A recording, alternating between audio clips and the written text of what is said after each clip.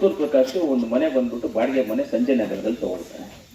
ಅದನ್ನ ಸ್ವಂತ ಮನೆ ಅಂದ್ಬಿಟ್ಟು ದೊಡ್ಡ ಗೃಹ ಪ್ರವೇಶ ಮಾಡಿ ಎಲ್ಲಾರನ್ನೂ ಕೊಂದು ಪೂಜೆಗಳು ಮಾಡಿ ತಗೊಂಡ್ಬಿಟ್ಟಿನಿ ಅಂತ ಹೇಳ್ತಾರೆ. ನಿಮ್ಗೆ ಯಾರಿಗಾದ್ರೂ ಬೇಕಂದ್ರೆ ದಯವಿಟ್ಟು ಡಾಕ್ಯುಮೆಂಟ್ ಕಳ್ಸ್ಕೊಡ್ತೀನಿ.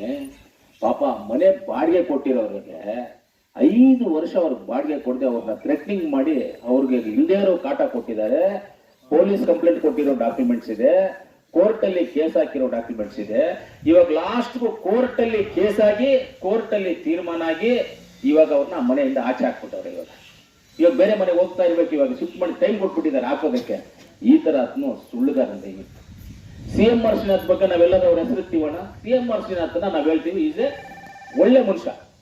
ನಾವು ಯಾರನ್ನೋ ಇವಾಗ ನಮ್ಮ ಆಪೋಸಿಷನ್ ಪಾರ್ಟಿ ಆದ್ರೂ ನಾವು ಅವ್ರ ಮೇಲೆ ಆರೋಪಗಳಿದ್ರೆ ಆರೋಪಗಳು ಮಾಡ್ತೇವೆ, ಇಂಥದ್ ಮಾಡಿದ್ರು ಅಂತ. CM.R. ಶ್ರೀನಾಥ್ ಒಳ್ಳೆ ಮನುಷ್ಯ. CM.R. ಶ್ರೀನಾಥ್ನ ವಶೀಕರಣ ಮಾಡ್ಕೊಂಡು ಪಾಪ ಇವಾಗ CM.R. ಶ್ರೀನಾಥ್ನ ಹಾಳು ಮಾಡ್ತಾವ್ರೆ. ನನಗೆ CM.R. ಶ್ರೀನಾಥ್ ತುಂಬಾ ಕ್ಲೋಸ್, ನನಗೆ ತುಂಬಾ ಆತ್ಮೀಯರು, ನನ್ನ ಸ್ವಂತ ಅಣ್ಣ ತರ ನೋಡ್ತೀನಿ ನಾನು ಅವ್ರನ್ನ. ನಾವು ತುಂಬಾ ಆತ್ಮೀಯರು ಇದ್ರು, ನನ್ನ ಸ್ವಂತ ಅಣ್ಣ ತರ ನೋಡ್ತೀನಿ ಅವ್ರನ್ನ. ಆದ್ರೆ ಅವ್ರನ್ನ ವಶೀನ ಮನೆ ಬಾಡಿಗೆ ತಗೊಂಡು ಬಾಡಿಗೆ ಕಟ್ಟುವೆ ಅವ್ರನ್ನ ಆಚೆ ಹಾಕಿದ್ದಾರೆ ಅಂದ್ರೆ ಯಾವ ಮಟ್ಟಕ್ಕೆ ಅಂತ ನೀವೇ ಹೇಳಿ. ಇಂಥ ಮನುಷ್ಯನ ನಾವು ನಂಬೋದಾ?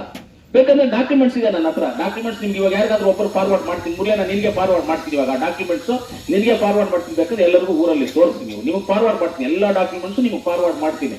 ಕೋರ್ಟ್ ಇಂದ ಆದೇಶ ಹಾಕಿ ಆಚೆ ಹಾಕಿದ್ದಾರೆ. ಇವಾಗ ಇದು ಯಾವ ನ್ಯಾಯ? ನೀವ್ ಹೇಳ್ರಪ್ಪ, ದೊಡ್ಡವ್ರು ಇದ್ದೀರ, ನೀವ್ ಹೇಳ್ರ ನ್ಯಾಯನ ಅನ್ನೋದು? ಈ ತರ ಮಾಡ್ತಾರೆ. ಸುಳ್ಳಿಗೆ ಏನಾದ್ರು ಒಬ್ರು ಓನರ್ ಇದ್ದಾರೆ ಕರ್ನಾಟಕದಲ್ಲಿ ಇದ್ರೆ ಅದು ವರ್ತೂರ್ ಪ್ರಕಾಶ್, ಅದಕ್ಕೆ ಚೇರ್ಮನ್ ಮಾಡ್ಬೋದು, ಪರವಾಗಿಲ್ಲ, ತೊಂದರೆ ಏನೂ ಇಲ್ಲ. ಸುಳ್ಳಿಗೆ ಚೇರ್ಮನ್ ವರ್ತೂರ್ ಪ್ರಕಾಶ್ ಅವ್ರನ್ನ ಮಾಡ್ಬೋದು ಅಂತ ನನ್ನ ಅಭಿಪ್ರಾಯ. ನನ್ನ ಮಾತು ಮುಗಿಸ್ತೀನಿ. ಆಮೇಲೆ ಇನ್ನೊಂದು